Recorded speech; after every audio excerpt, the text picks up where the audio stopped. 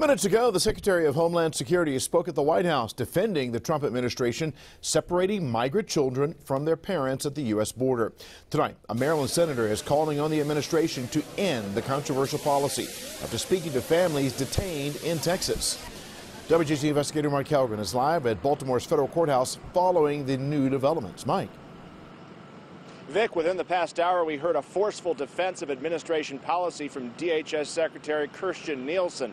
She says they're simply following the law, that Congress is to blame, and she insists the children are being treated well.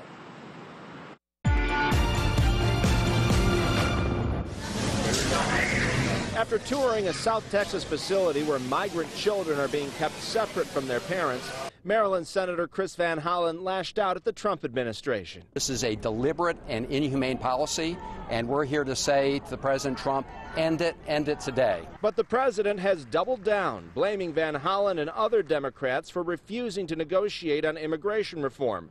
A country without borders is not a country at all.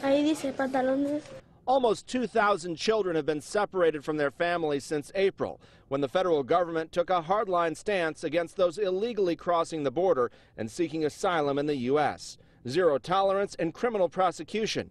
That meant children would be warehoused away from parents. I just came to this country to protect my children. CBS News spoke to some of those Senator Van Hollen met on his tour. They see that child that I have seen. When those childs are looking at me with those faces full of tears, asking me, help me.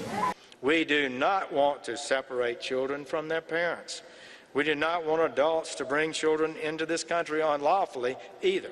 There are a growing number of Republicans breaking with the administration's stance. Former First Lady Laura Bush said it breaks her heart in an op-ed in the Washington Post.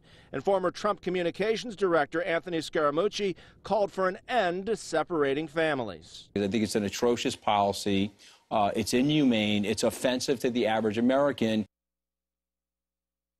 We've also learned that an organization in Anne Arundel County has placed several of these children in foster care here in Maryland and in Michigan. Reporting live at Baltimore's federal courthouse, Mike Calgren, WJZ. Mike, thank you very much. The Secretary of Homeland Security said today 12,000 children are now in federal custody.